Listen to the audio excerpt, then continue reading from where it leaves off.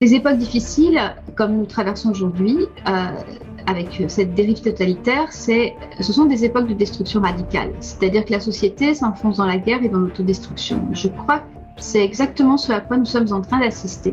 Cela fait longtemps aussi que nous sommes dans la société du spectacle, pour reprendre les termes célèbres de Guy Debord. Qu'est-ce que c'est la société du spectacle? C'est une société perverse qui ne valorise plus la discipline, qui ne valorise plus l'effort ni l'être, mais qui valorise la séduction, la consommation et l'avoir. Aujourd'hui, nous appelons démocratie un système d'oligarques, voire de plutocrates, un gouvernement des riches, qui pratique la stigmatisation, l'inégalité de droits sur les masses, qui accepte que certains citoyens puissent avoir des droits que d'autres n'auraient pas. Les masses étaient prêtes à ce totalitarisme. Elles étaient prêtes, elles ont demandé et elles en redemandent.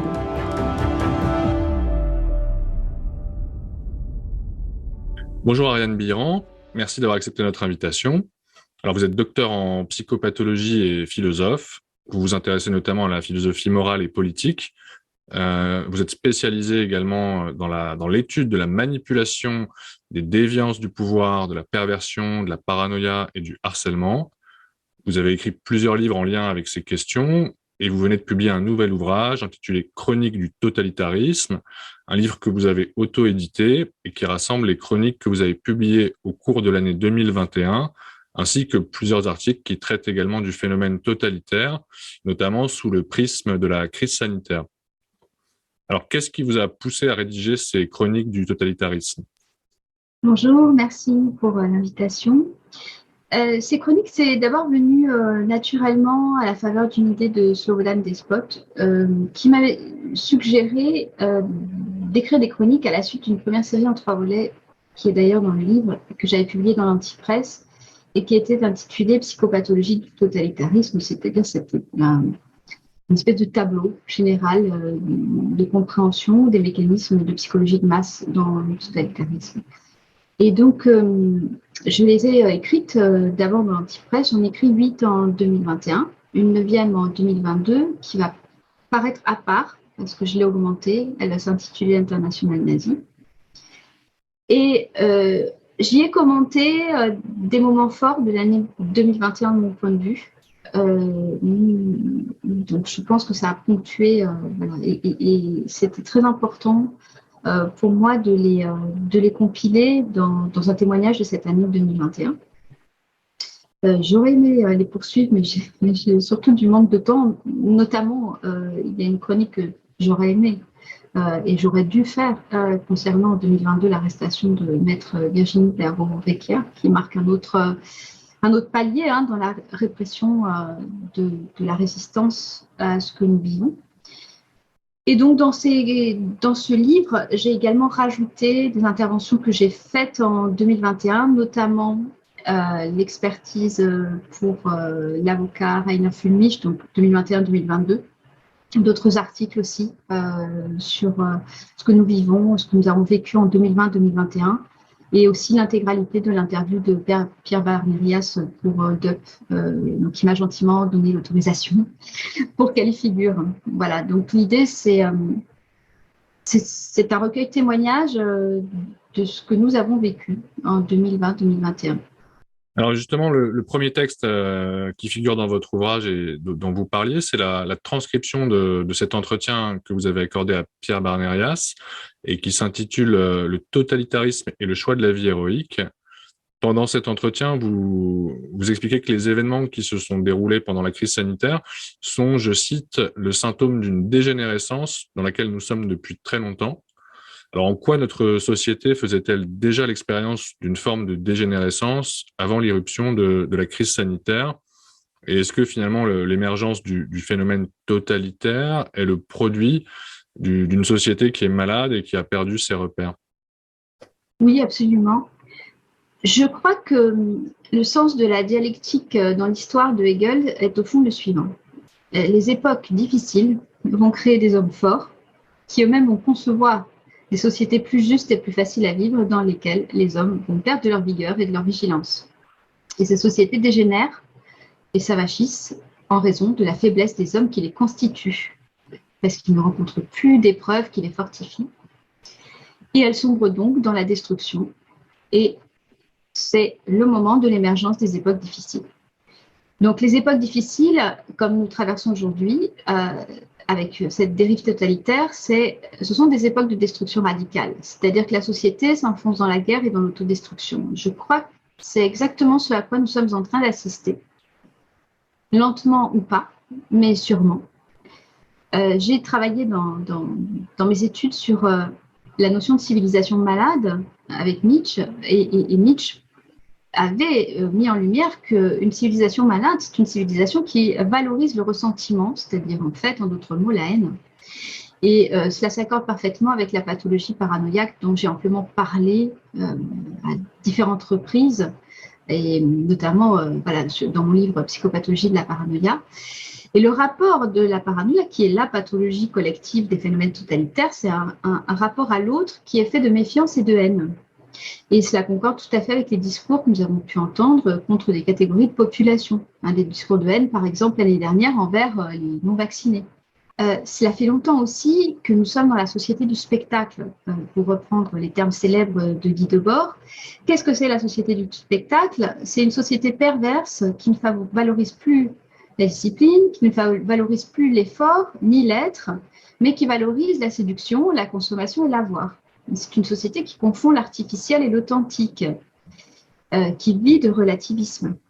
C'est-à-dire que la vérité vaut le mensonge, le bien vaut le mal, et qui ne recherche que le plaisir immédiat. Donc ça, c'est, du point de vue de la psychologie, c'est l'impasse totale du narcissisme, c'est-à-dire que c'est le sentiment de se suffire à soi-même, l'absence d'exigence et l'évitement de toute frustration.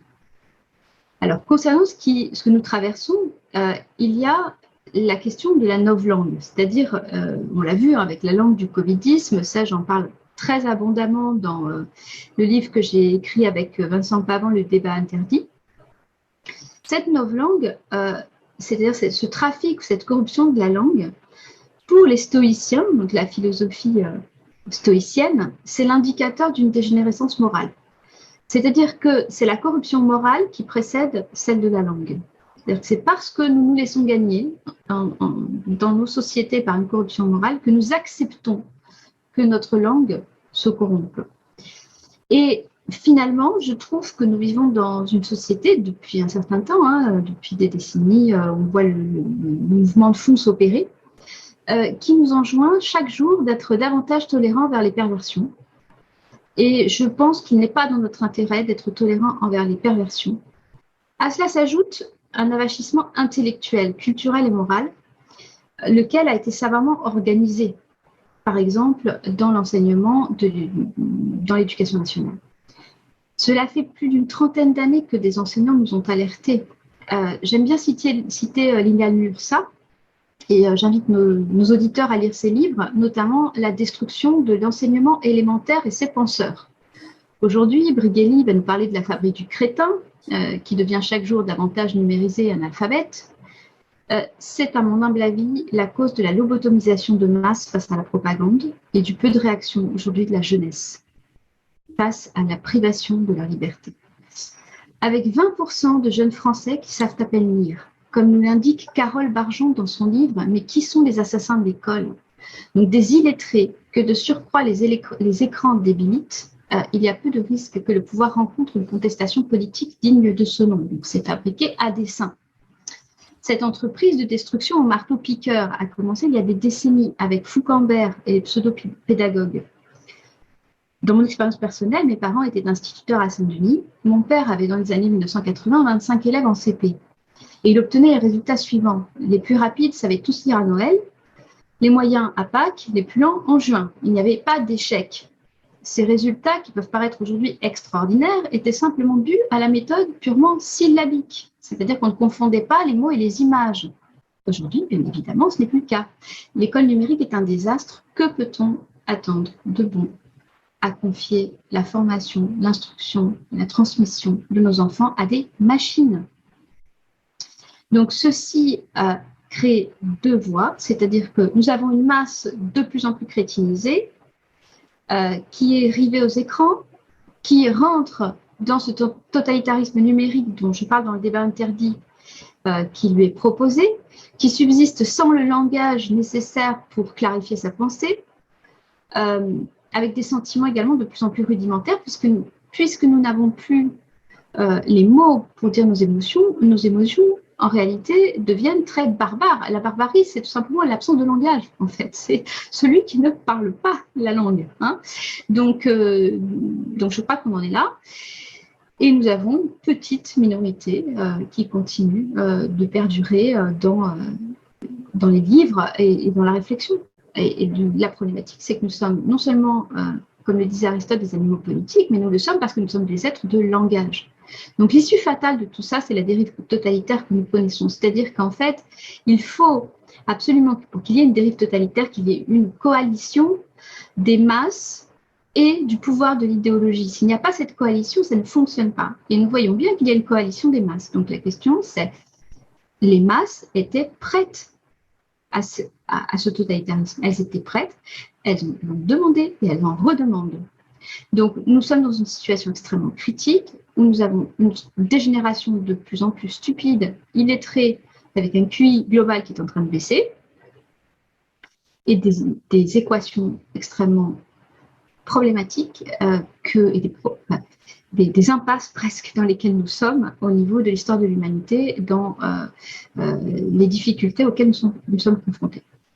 Alors, vous parlez aussi d'ailleurs dans votre livre d'un phénomène inédit dans les manipulations de masse, c'est-à-dire, je cite, la rencontre entre des techniques de propagande très élaborées, une connaissance du psychisme humain très élaborée, et le fait que les peuples, vous dites, ont été dépossédés de leur accès à l'analyse de la rhétorique, de leur accès à l'analyse de leurs émotions, de leur accès à tout simplement l'analyse de la manipulation des discours. Alors comment finalement ces deux phénomènes s'articulent? Et est-ce que finalement pour vous, les peuples ont été dépossédés de cette capacité à exercer leur esprit critique justement par la défaillance de l'instruction? Oui, absolument. Ce qu'il faut comprendre, c'est que quand on va enseigner en primaire, c'est-à-dire au stade du développement logique de Piaget, donc c'est précisément le moment où on enseigne la logique, quand on enseigne à un enfant la grammaire, le latin, les mathématiques, comme on pouvait le faire avant, on lui apprend à prendre de la distance par rapport au discours. C'est-à-dire que si on lui enseigne la grammaire, on lui apprend à regarder le discours d'une autre façon, la langue d'une autre façon, à se distancer de cette immédiateté. C'est pareil pour le latin. C'est aussi pareil, d'une certaine façon, pour les mathématiques, puisqu'on va lui apprendre à raisonner. À partir du moment où on supprime ces enseignements, et comme on l'a vu, on supprime déjà l'accès à l'apprentissage clair et analytique de la lecture dans ces méthodes syllabiques avec lesquelles on a de tout temps enseigné. Hein. Donc, d'un coup, on réinvente le fil à couper le beurre, il nous explique que le mot est une image, et donc, à partir de là, nous avons fabriqué des cerveaux qui ne savent pas réfléchir et qui confondent l'immédiateté avec, c'est pas une confusion, c'est l'immédiateté et leur opinion. Donc, il n'y a plus une capacité de distanciation et de réflexion. Et je ne parle même pas des enseignements, bien sûr, ensuite, de la rhétorique, mais déjà ça au niveau de l'école primaire. Donc, en fait, tout ceci nous renvoie à un constat qui avait déjà été fait par Condorcet, c'est que pour avoir une démocratie ou une participation, on va dire, du moins du peuple aux décisions politiques, il faut qu'il y ait des peuples. Un peuple, ce n'est pas une masse. Aujourd'hui, nous appelons démocratie un système d'oligarques, voire de plutocrates, un gouvernement des riches, qui pratique la stigmatisation, l'inégalité de droits sur les masses, qui accepte que certains citoyens puissent avoir des droits que d'autres n'auraient pas. Or, la démocratie, c'est l'égalité de droits entre les citoyens. Donc déjà, on voit bien qu'il y a une imposture, une fraude sur les notions.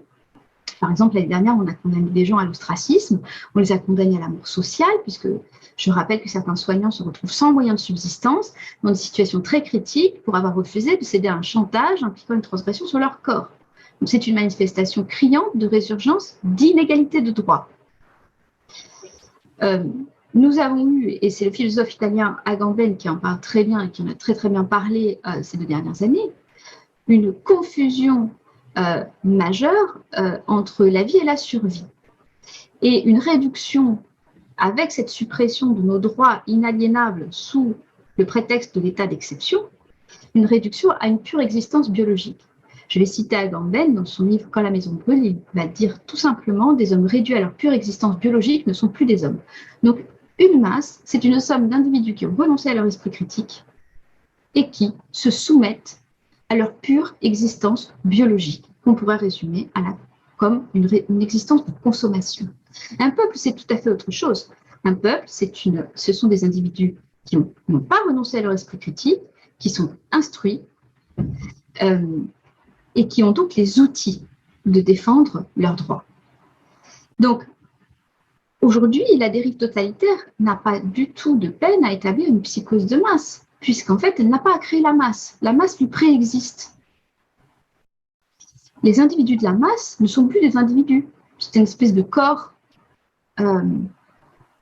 collé où les personnes vont là où vent souffle et sont réduites à des fonctions, des instruments de propagande. Donc, si le pouvoir dit rouge, la masse dira rouge. S'il dit vert, la masse dira vert. Donc, la démocratie est conditionnée à l'existence du peuple. Si le peuple n'existe plus, il n'y a plus de démocratie. Puisque la démocratie, c'est la souveraineté du peuple. Dans votre entretien avec Pierre Barnaglas, vous soulignez aussi que pendant la crise sanitaire, les peuples se sont vus supprimer ce que vous appelez le droit à la vie héroïque. Alors, qu'est-ce que la vie héroïque pour vous? En quoi est-ce qu'elle consiste? Et en quoi, en fait, nous a-t-on supprimé le droit de mener cette vie héroïque pendant la crise sanitaire?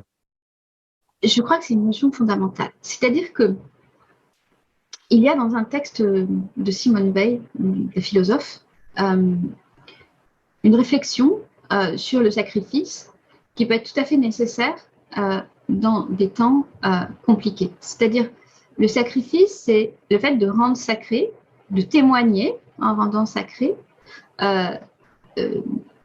des lois inaliénables, on va dire, pour l'être humain. La question est, est-ce que ce sacrifice naît de nous-mêmes, parce qu'à un moment donné, nous voulons témoigner de lois transcendantes qui nous constituent en tant qu'êtres humains, ou est-ce qu'on l'exige de nous? Et à quel titre?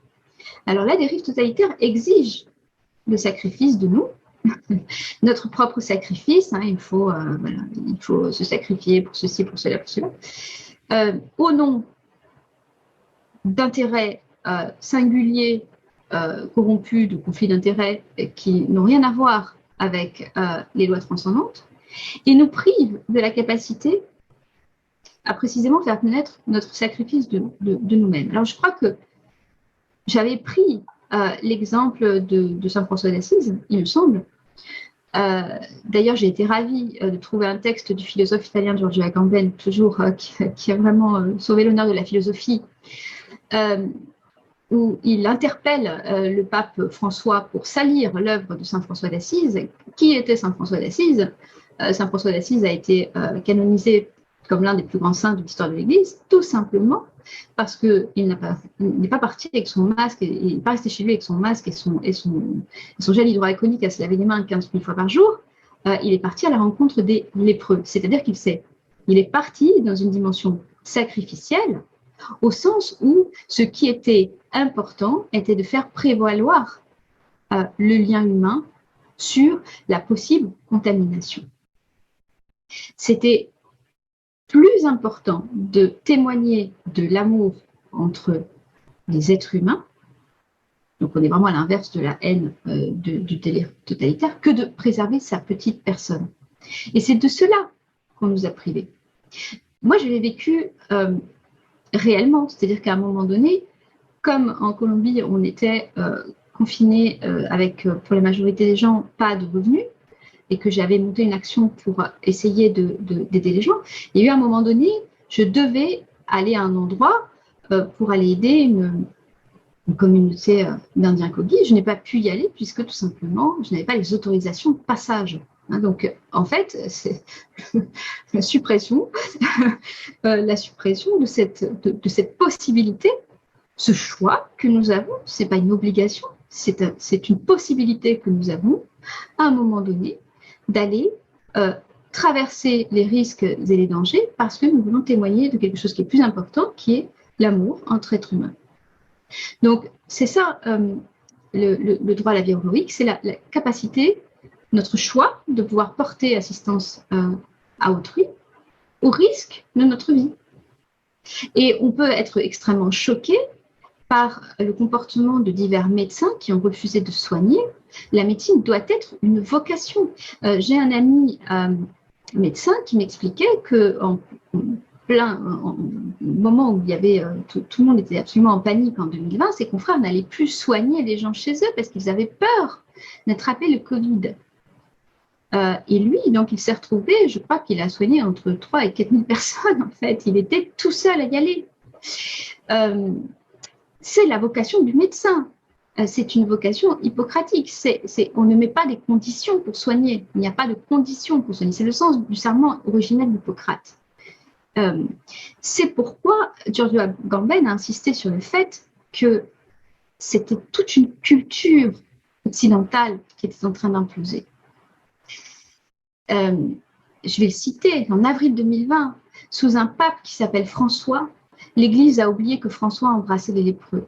Elle a oublié que les martyrs enseignent la disposition au sacrifice de la vie plutôt que de la foi, et que renoncer à son prochain signifie renoncer à la foi.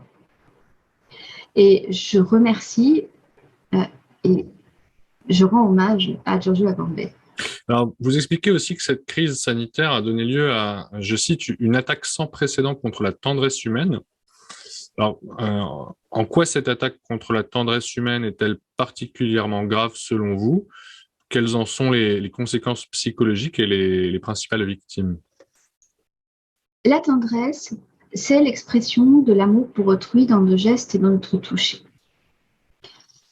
C'est l'exact inverse de la perversion. La perversion est l'expression de notre haine d'autrui dans nos gestes qui deviennent transgressifs. En psychologie, les milieux familiaux transgressifs, qu'on va appeler incestuels, sont des milieux pervers et on les reconnaît notamment à l'absence de tendresse entre les êtres de la même famille.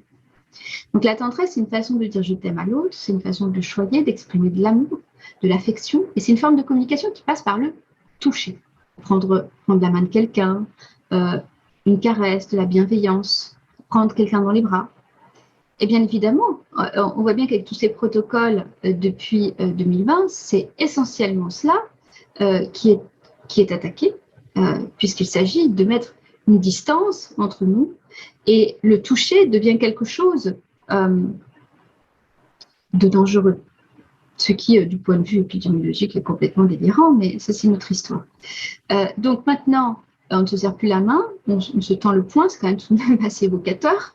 Les principales victimes, eh bien, c'est nous tous, bien sûr, mais essentiellement, ce sont les enfants. Parce que les enfants ont besoin, pour leur développement psychique, de se construire dans de la tendresse. Et c'est une des plus grandes maltraitances qui a été faite aux enfants ces 2 dernières années. Et qu'on ne s'étonne donc pas de l'augmentation sidérante du taux de suicide des enfants. Alors dans votre livre aussi, vous parlez des enfants en expliquant que dans les phénomènes totalitaires, ils sont les principales victimes du fait de leur innocence, car le phénomène totalitaire, effectivement, veut absolument cibler les innocents. Le phénomène totalitaire fonctionne à la logique sacrificielle. C'est-à-dire que c'est l'inverse du sacrifice dont on a parlé tout à l'heure, qui est de rendre sacré et qui émerge d'une décision personnelle, d'un libre arbitre personnel, qui est de faire passer effectivement l'amour et la foi au-delà de sa petite survie biologique. La logique sacrificielle du phénomène totalitaire, elle impose et elle désigne des boucs émissaires. La caractéristique du bouc émissaire, c'est qu'il doit être le plus innocent possible pour précisément pouvoir porter sur lui-même, se charger de la culpabilité du meurtre et de la culpabilité de ceux qui vont le charger. Et donc, bien évidemment, les enfants représentent cette figure de l'innocence. C'est la raison pour laquelle ils sont les cibles systématiques et immédiates des régimes totalitaires. Alors, vous consacrez aussi plusieurs pages aux différents profils qui sont susceptibles de participer ou d'être utilisés par la machine totalitaire et, à contrario, aux profils qui sont en mesure de résister à l'embrigadement. quelles sont les principales caractéristiques, les profils des personnes qui sont susceptibles de participer activement au totalitarisme et au contraire les profils de celles qui sont en mesure de lui résister? Ce sont un peu des grilles de lecture pour faciliter le travail, mais on va dire que le totalitarisme, c'est un moment de folie au sens propre, au sens psychiatrique du terme. Et donc, il va falloir faire participer les fous. Hein, c'est-à-dire que c'est le moment où les fous prennent le pouvoir, tout simplement, et pas simplement en haut dans la société, mais c'est un système. Donc, les fous vont être encouragés à prendre le pouvoir. Alors, quand je dis les fous, je parle essentiellement donc, de la paranoïa, qui pour moi est la pathologie qui mène le délire du phénomène totalitaire, mais il n'y a pas que ça. C'est-à-dire que nous avons une alliance de différents profils dont je parle dans le livre et que je détaille, qui sont des profils délinquants, en fait. C'est-à-dire que criminels. Nous avons des profils de paranoïaques qui vont nourrir l'idéologie, c'est-à-dire le délire. Hein. C'est quoi une idéologie? C'est une croyance complètement qui n'est plus du tout en correspondance avec la réalité de l'expérience. Et plus on avance dans la dérive totalitaire, plus le phénomène est criant. Donc c'est un phénomène sectaire. Donc effectivement, les profils paranoïaques vont alimenter cette idéologie, vont la servir. Vous avez les profils psychopathes qui sont les miliciens du système, hein, tout simplement. Donc les miliciens du système, eux, eh bien, font les bases œuvres du système. Et vous avez les profils pervers qui sont ceux qui vont récolter, jouir de la situation, en récolter les bénéfices, comme tous ceux qui récoltent systématiquement les bénéfices de la guerre, les bénéfices des crises, etc., sont des profils pervers. Mais tout ceci ne fonctionnerait pas s'il n'y avait pas dans la masse, et c'est le plus gros de l'histoire et c'est le plus inquiétant pour nous, une bascule de gens en temps normal, entre guillemets, normaux, basiquement névrosés, parce que nous sommes tous un petit peu névrosés pour pouvoir essayer d'interagir en civilisation, qui vont servir ce système-là. Donc les profils les plus dangereux du système totalitaire, finalement, ce ne sont pas les profils criminels, ils ne sont pas si nombreux que ça, mais ceux qui commettent les crimes sans l'intention de les commettre, c'est-à-dire cette fameuse banalité du mal dont parlait Hannah Arendt avec Eichmann. Hein, donc elle se rend compte que Eichmann, finalement, n'est pas antisémite, il n'est pas idéologue, c'est juste un fonctionnaire qui fonctionne. Ou nous pourrions prendre l'exemple de Franz Stagel, le commandant du camp de Treblinka, c'est-à-dire qui, à lui tout seul, a commandité l'assassinat de 900 000 individus, mais estime que les responsables, puisque finalement, lui, il n'avait pas l'intention de commettre des crimes. Donc, ce sont des profils qu'on pourrait intituler, d'un point de vue de la psychiatrie, névrosée obsessionnelle grave, mais qui vont basculer, qui vont, à la faveur de l'angoisse, qui vont se dessaisir de leur individualité, c'est-à-dire qu'ils ne vont plus être en capacité de répondre d'eux-mêmes, de répondre de leurs actes. Ils vont suivre le mouvement et ils vont devenir des instruments du système. Et on en a vu plein émerger, qui se sont mis à contrôler, à devenir des petits chefaillons, à contrôler les cartes d'identité à l'entrée des restaurants, à devenir des petits flics, à devenir des contrôleurs de tracking, etc. Et qui d'un coup se sont mis à servir sans réfléchir. Et ce sont les profils les plus dangereux. Ça, ce sont sans eux, il n'y aurait pas d'efficacité de la dérive totalitaire. Pour les traits psychiques des individus qui résistent à l'embrigadement totalitaire, Rainer Fulmich m'avait posé la question, j'y avais un petit peu réfléchi. J'ai rajouté des choses depuis, que je veux communiquer. Je me réserve le droit de faire évoluer ma pensée. Avant tout, des personnes qui ne vont pas renoncer à penser par elles-mêmes et qui ont acquis une certaine autonomie interne dans leur expérience de vie, dans leur développement psychologique et qui ne vont pas y renoncer à la faveur d'une menace. Alors, ce que je vais rajouter pour avoir parlé avec beaucoup de personnes, c'est qu'il me semble que notamment ces profils-là peuvent être des gens qui ont déjà été confrontés dans leur vie, soit à une menace de mort, soit à des expériences un peu extrêmes mais qui les ont dépassés avec succès, ou encore des personnes qui ont déjà eu de l'expérience de ne pas rentrer dans différents types de corruption et qui ont posé des actes qui les ont renforcés par rapport à ça. Donc, la proposition totalitaire, c'est l'individu n'est rien, le corps collectif est tout.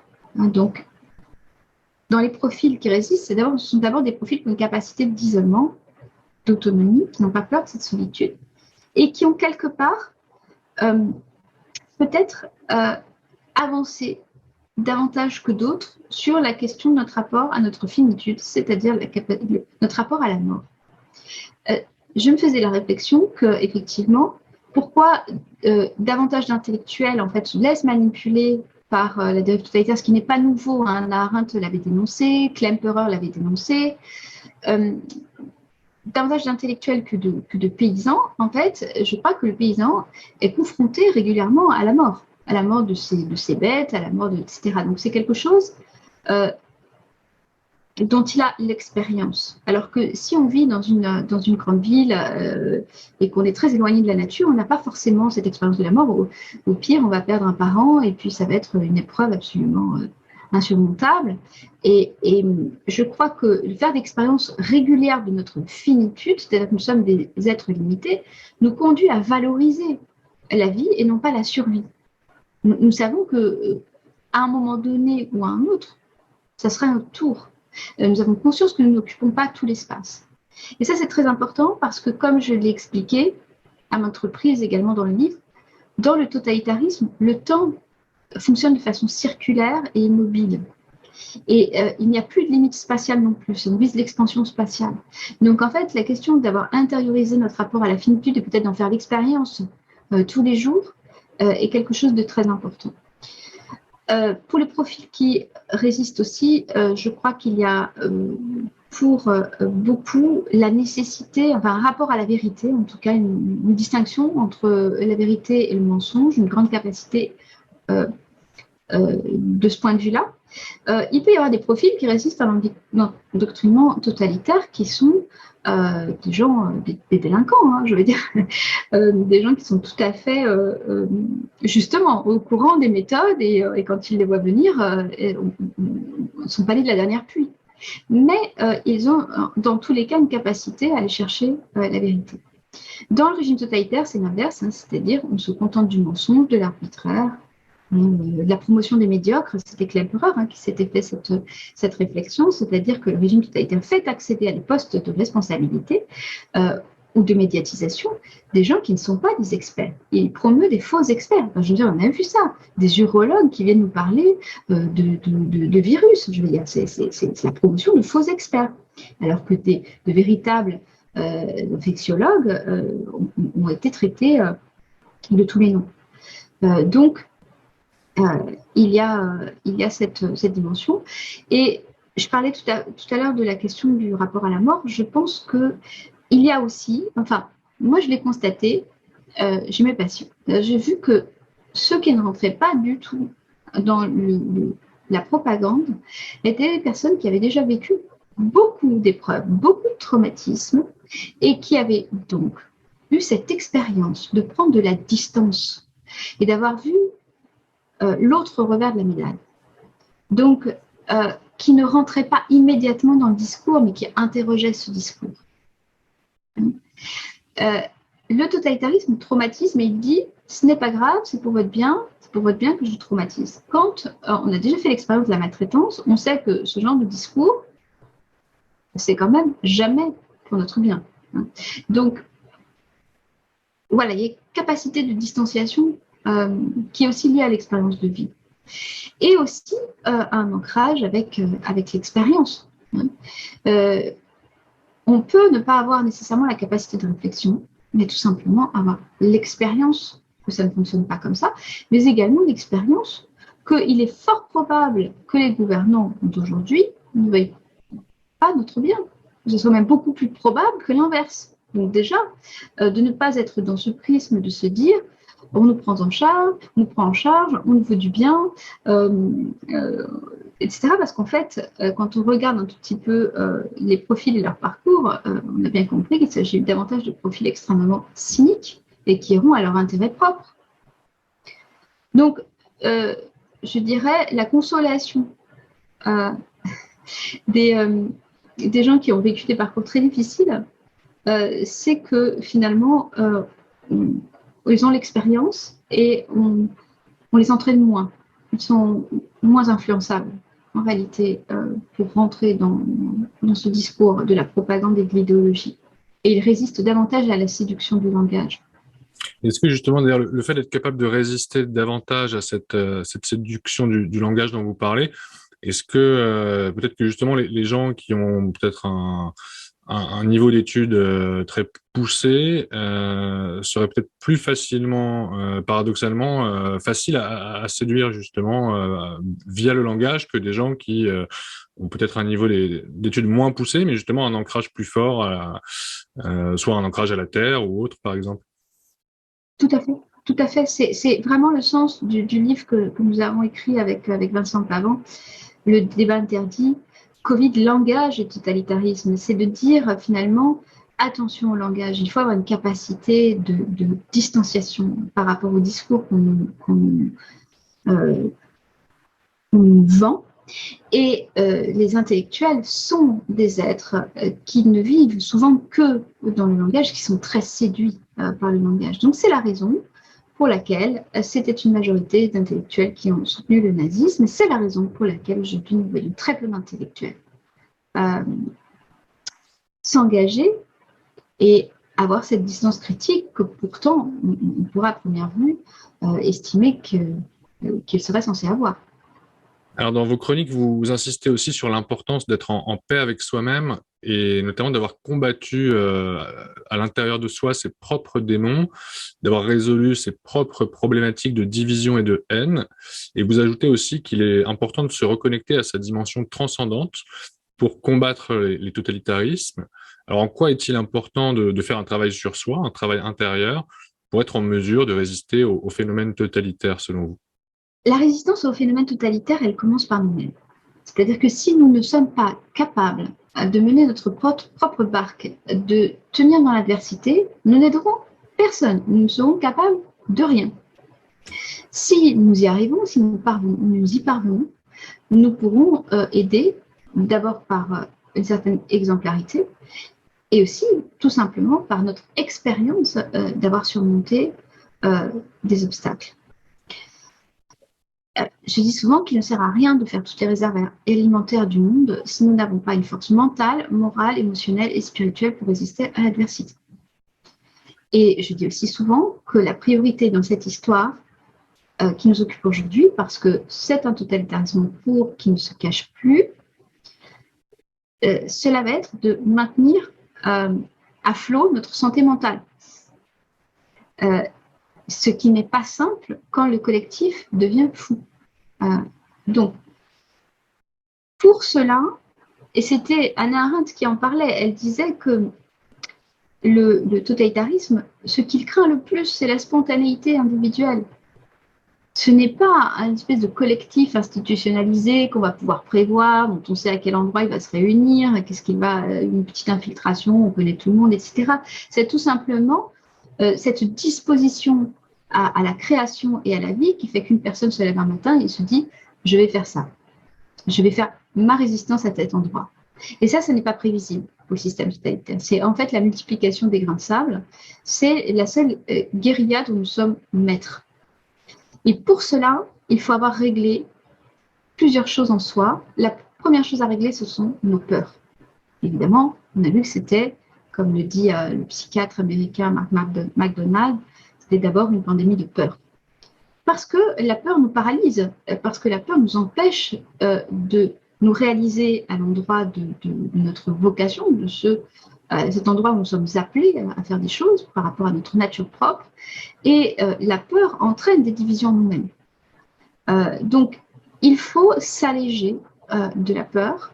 Il faut s'alléger aussi des émotions par lesquelles nous sommes manipulés, qui sont également, donc la peur, mais également des manipulations à la culpabilité, au sentiment de culpabilité. Hein. On se souvient de la fameuse campagne où les enfants vont tuer leur grand-mère si elles les embrassent. Donc, tout ceci doit être clarifié. il est important de se clarifier intérieurement, de retrouver de la maîtrise sur nos émotions, de remettre au centre ce qui est important pour nous. Est-ce que ce qui est important pour nous, c'est notre survie biologique? Est-ce qu'une vie qui est une survie, qui est réduite à notre survie biologique, est une vie intéressante? Est une vie qui a du sens pour nous? Sinon, qu'est-ce qui a du sens pour nous? Le phénomène totalitaire est extrêmement violent, psychiquement, moralement, physiquement. C'est un phénomène, j'en parle aussi dans le livre, qui va venir interroger chacun sur différents types d'angoisses fondamentales, dont l'angoisse de perdre. Qu'est-ce que je vais perdre? Et c'est d'ailleurs parce que beaucoup n'affrontent pas cette angoisse de perdre qu'ils rentrent dans le déni. Ils refusent d'affronter cette réalité de qu'est-ce que je vais perdre. Mais nous devons nous préparer à perdre, parce que finalement, de toute façon, c'est le sens de la vie, d'apprendre à nous préparer à perdre. Mais également, nous devons nous préparer, comme le dit Solzhenitsyn, à la violence. C'est-à-dire que tout ceci parle d'un renfort, du fait de se renforcer intérieurement. Et pour se renforcer intérieurement, donc j'en ai parlé, il y a au niveau psychologique, au niveau moral, qu'est-ce qu'on accepte, qu'est-ce qu'on n'accepte pas, jusqu'où accepterons-nous de courber l'échine par rapport à des actions, à des propos qui nous révulsent moralement. C'est quand même une question fondamentale. Quelles sont les limites que nous posons à ça? Quelles sont nos limites? Sachant que le totalitarisme, il est sans limite. Il sera sans limite. Donc les limites seront celles que nous poserons, nous, les peuples, et que nous lui poserons, nous. Et ensuite, spirituel, c'est-à-dire, encore une fois, je reviens à cette même question, qu'est-ce qui est ma motivation première dans mon lien aux autres, dans mon lien à moi-même? Est-ce que je reconnais qu'il existe une dimension transcendante? Est-ce que je suis un être essentiellement d'amour, ou est-ce que j'ai d'autres priorités? Tout ceci doit être clarifié. Et vous parliez des peurs auxquelles finalement le totalitarisme nous renvoie, et de manière individuelle, et auxquelles chacun doit répondre en son fort intérieur. On a aussi la peur de la mort, qui est une peur qui habite l'homme depuis la nuit des temps, mais qui peut-être aujourd'hui est peut-être plus forte, ou en tout cas est ressentie de manière différente, justement du fait d'une perte de spiritualité. Et je crois que vous écrivez dans un de vos textes que apprendre à mourir, finalement, et donc apprendre aussi à accepter l'idée de la mort, de la finitude, c'est ce qui nous humanise, c'est ce qui fait de nous des êtres humains. Absolument. Parce que le fait de savoir que nous ne sommes pas immortels sur le plan physique nous oblige à valoriser notre vie. Qu'est-ce que nous allons faire de notre temps d'incarnation? Si nous sommes immortels, que ce soit fait aujourd'hui ou demain, ça ne changera rien. Là, puisque nous pouvons mourir tout à l'heure, demain, eh bien, que faisons-nous de notre temps de vie? Comment le valorisons-nous? Et c'est là qu'il y a la préparation des masses par le discours et du coup les actes du capitalisme, c'est précisément la confiscation du temps de vie. La confiscation du temps de vie qui n'a plus de sens. Et ne laisse plus aux gens le temps de penser à quel pourrait être le sens qu'ils donneraient à leur temps de vie. Alors vous écrivez aussi, là je vous cite, le totalitarisme risque de pousser de nombreuses personnes au fond de leur retranchement, dans ce lieu de leur être où elles toucheront l'expérience de l'amour inconditionnel, de la transcendance, de la pulsion de vie, de l'énergie spirituelle comme le nommait Bergson, ce qui en retour leur donnera la foi, la force, le courage et la détermination. Alors est-ce qu'on peut considérer finalement que le phénomène totalitaire possède une vertu qui est donc celle de mettre chaque être humain face à lui-même et de révéler sa nature profonde, peut-être aussi de lui permettre de se dépasser? Est-ce que le phénomène totalitaire n'agit pas comme une espèce d'aiguillon qui exige que nous revoyions à la hausse l'échelle de nos valeurs et de notre conception de la vie? Oui, de facto, je crois que c'est ce que ce phénomène vient interroger. En fait, le phénomène totalitaire interroge tous nos liens d'attachement. C'est-à-dire, il y a une mise en scène, on l'a vu, hein, une mise en scène de toute façon, la peur de mourir, la peur de la mort, la perte. Hein, qu'est-ce que nous allons perdre, même de façon arbitraire. Puis cette mise en scène, on l'a très bien vu. Hein, la suspension du contrat de travail, c'est une perte. Hein. Donc, qu'est-ce que nous allons perdre? Et la question que met en scène le phénomène totalitaire, c'est Solzhenitsyn qui le décrit très bien dans l'archipel du Goulag.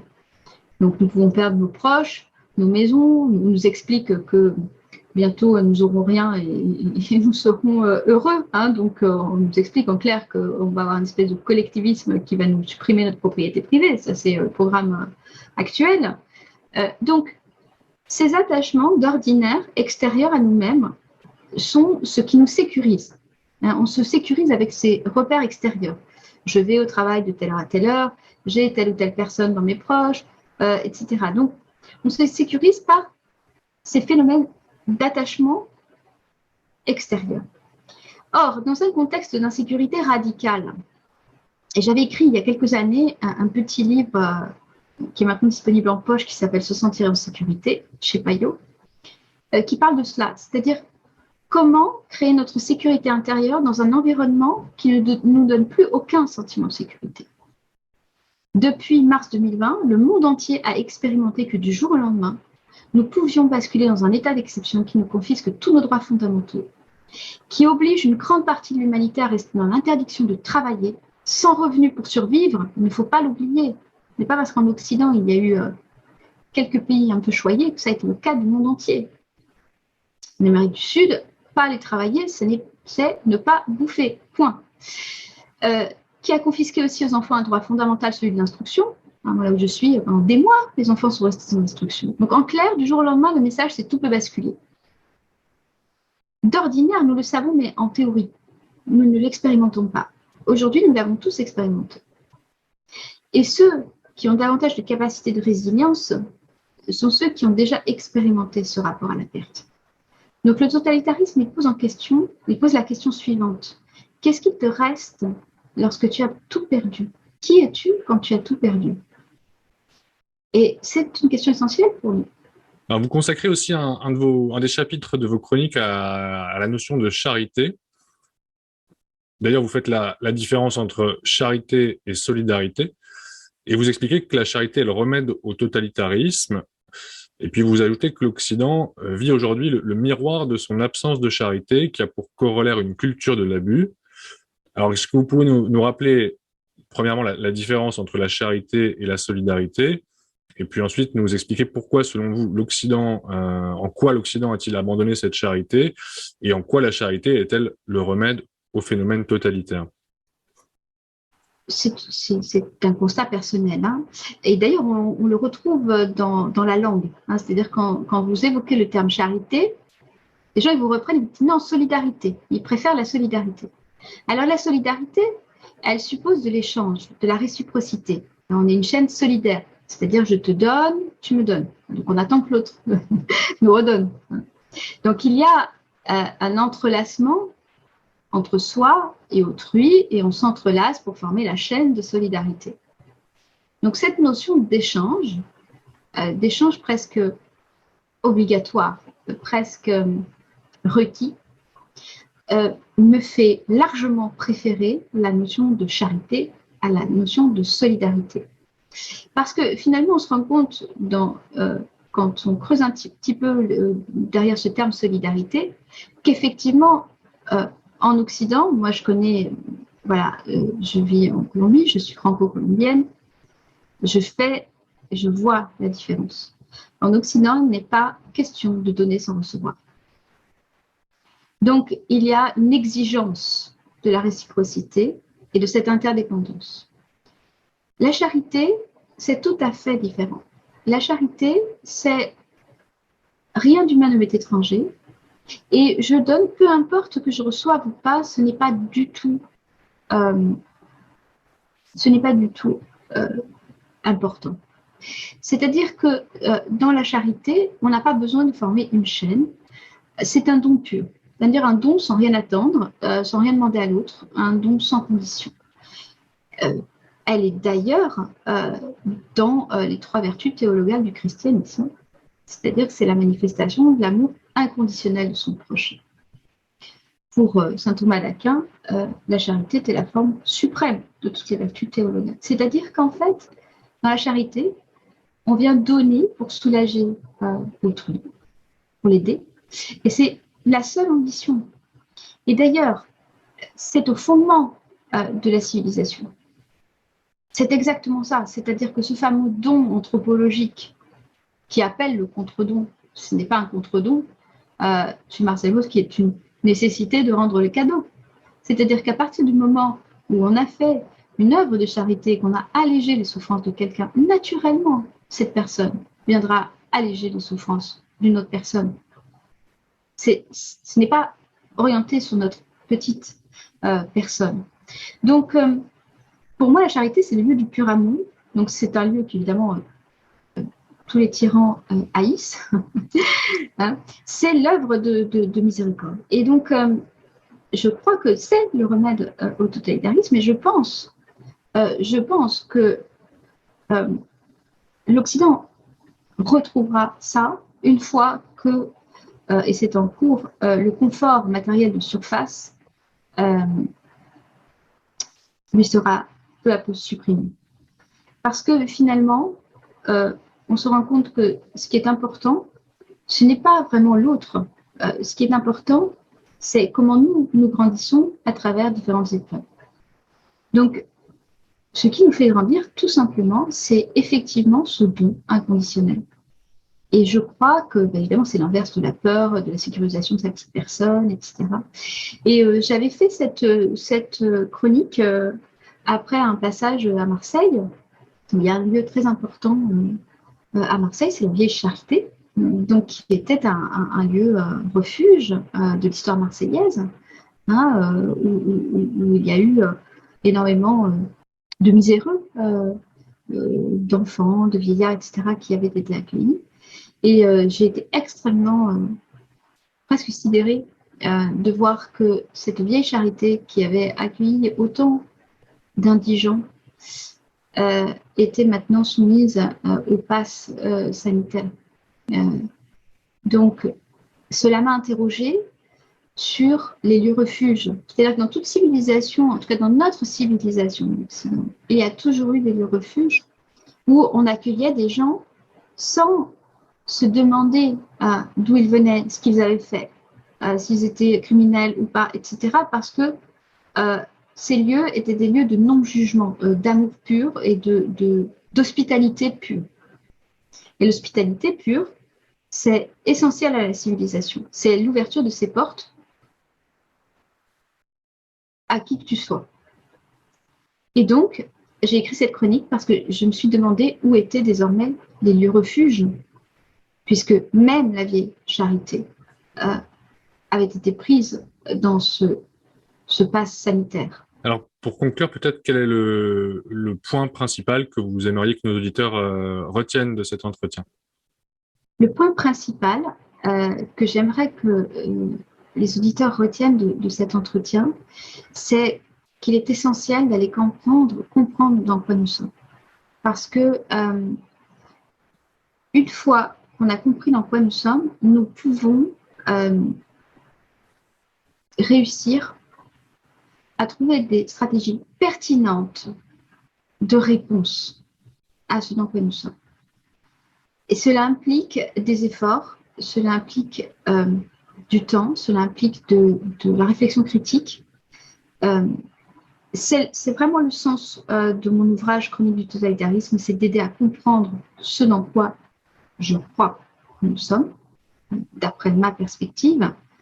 Mais je crois que ma perspective n'est pas totalement erronée quand j'arrive à faire des prédictions sur ce qui va se passer, sur ce qui est vérifiable depuis l'année 2020. C'est pas parce que je suis médium, c'est parce que tout simplement j'ai le bon paradigme d'analyse. Une fois que vous avez le bon paradigme, vous pouvez prédire ce qui va se passer. Et prédire ce qui va se passer, ce n'est pas pour, encore une fois, nous orienter vers notre petite personne, mais nous dire est-ce que l'humanité compte à mes yeux? Qu'est-ce que je voudrais transmettre à mes enfants? Est-ce que je voudrais leur léguer quelque chose de mon action de protection et de défense de cette humanité. Et qu'est-ce que nous devons à nos ancêtres également? Et ça, c'est une question qui me hante personnellement, qui pour moi est un gros moteur d'action. C'est que nous ne pouvons pas jeter à la poubelle tant de luttes passées pour nos droits qui ont été effectuées par nos ancêtres, et tant de transmissions sur des millénaires qui aujourd'hui peuvent pourtant œuvres de transmission qui peuvent potentiellement partir en fumée du jour au lendemain. Merci beaucoup pour votre éclairage, Ariane Bihan. Merci à vous.